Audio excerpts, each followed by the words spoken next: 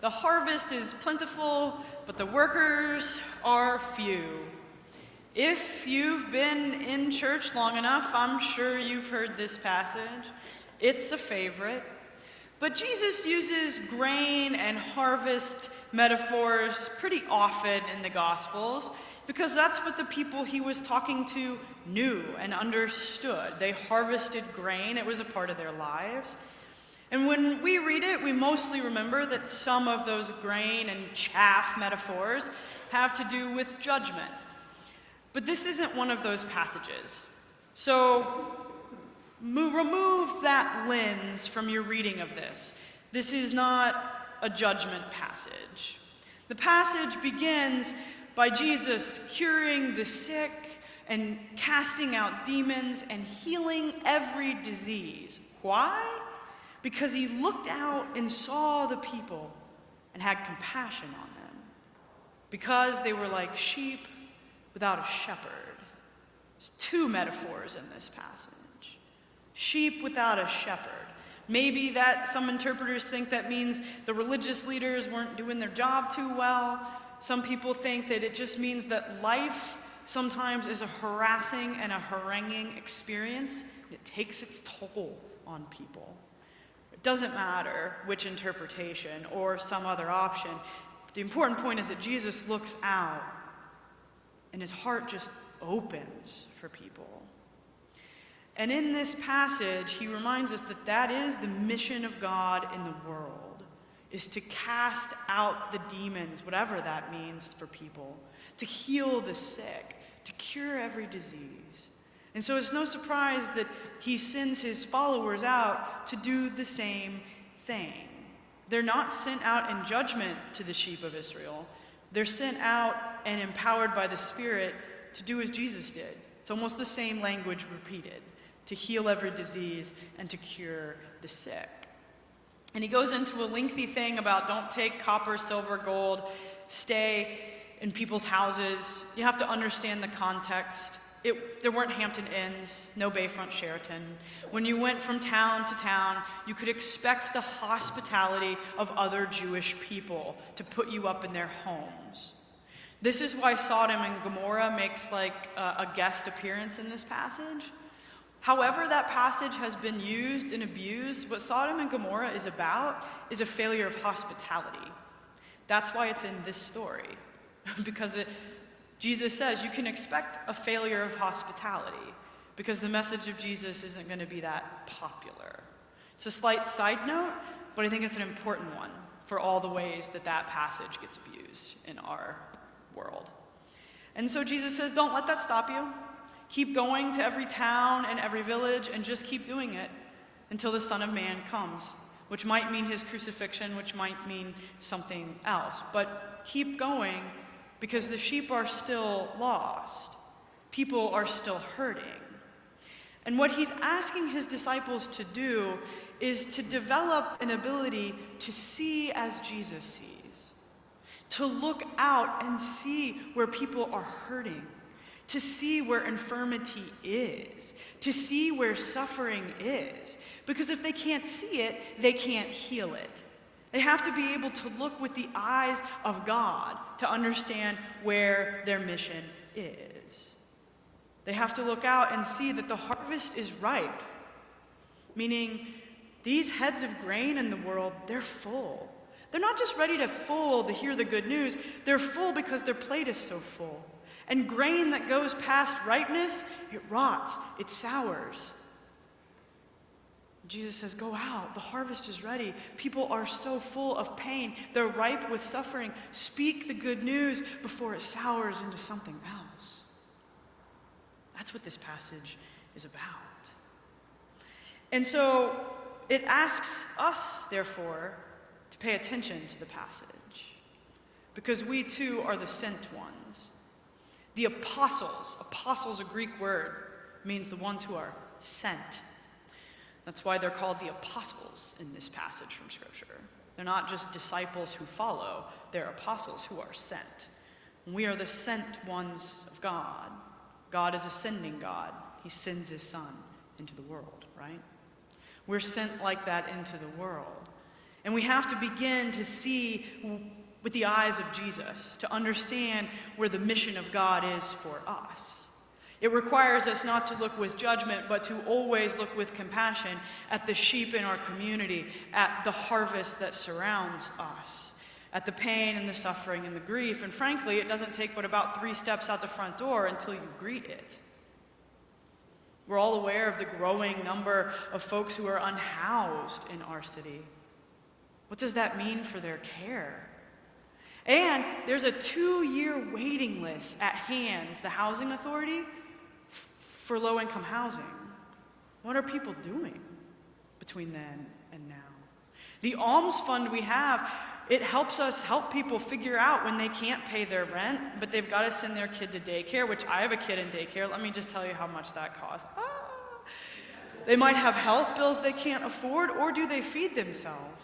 I'm looking at some people who work in our food pantry, and they'll tell you that the food at Second Harvest is shrinking off the shelves because benefits expired. And that doesn't mean that people's hunger expired. So we're back to collecting food. You can find the list in the bulletin. And it doesn't take long to realize that the kids in our community are suffering. Read the statistics. Teenage girls are more at risk of suicide than ever before.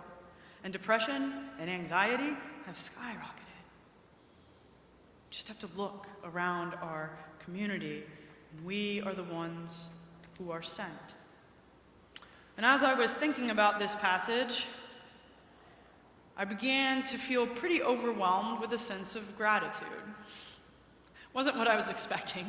It's how I know the Holy Spirit writes these things and I don't. I was overwhelmed with a sense of gratitude for serving a community that really gets this. I felt so grateful for our food pantry.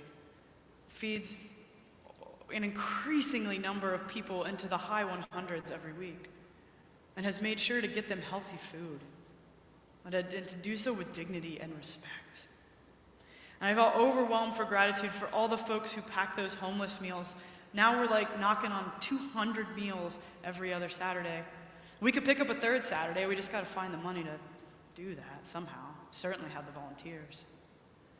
And I think about our school partnership team, all the work those people do with Harding and with the Charter School for Excellence to make sure those kids have coats and hats in the winter, to make sure they have bus passes because the city won't subsidize that for those kids.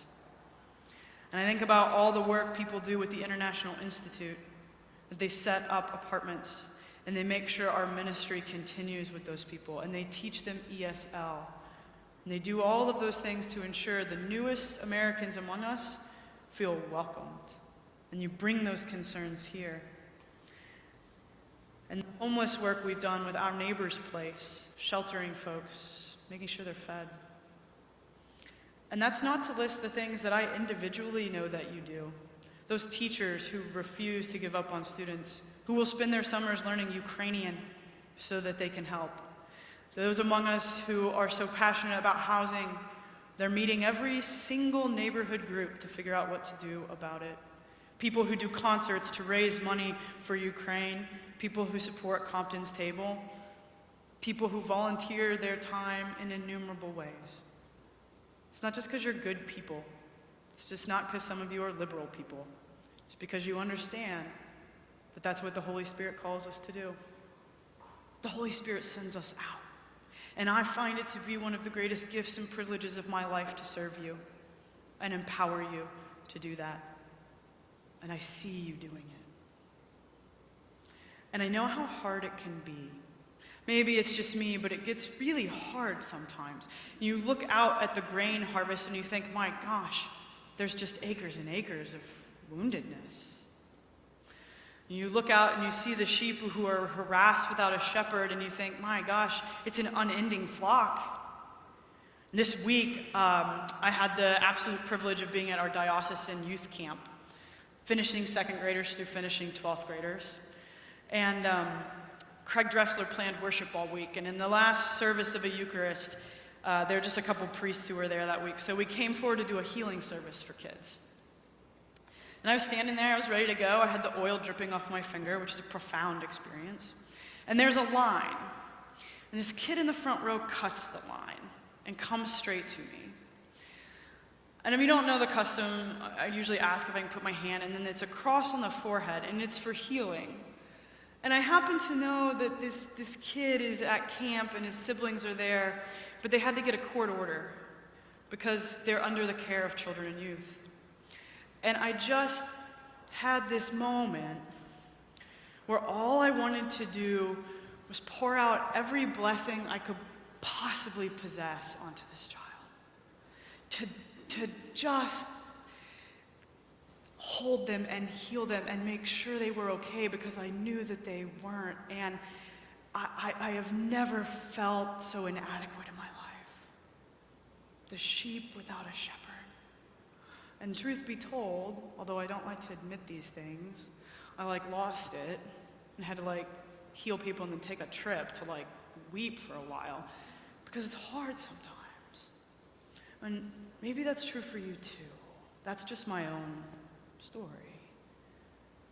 But that's the thing about this text, is that Jesus doesn't send those people out alone. He sends them out together. And maybe that's one of the primary purposes of us being here. That sometimes we end up feeling like sheep without a shepherd.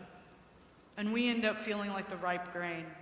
Or maybe it's that the experience of looking out into the world is one that's so overwhelming we don't know how to do it, and we can't do it by ourselves. But we never do it by ourselves.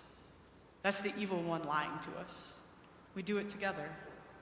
And Christ was before us, and Christ is within us, and Christ is after us. It's not on us. We're invited to joyfully participate. We're invited to do what is ours to do, but to hold it loosely, and to carry one another and support one another. And as Laura Rutland's poetry class reminded me, sometimes the most important thing we can do is see the work of one another and remind one another that we are good, that you are good, that you are doing what God has called you to do, that you are enough, and that you are beloved. There will always be work to do, and we will always be doing it. But let us never tire of supporting one another in it. Let us urge one another on. Let us encourage one another and hold one another when the world is too much. May we not become inured to the pain around us. May we see the sheep. May we see the grain. May we be faithful workers in it.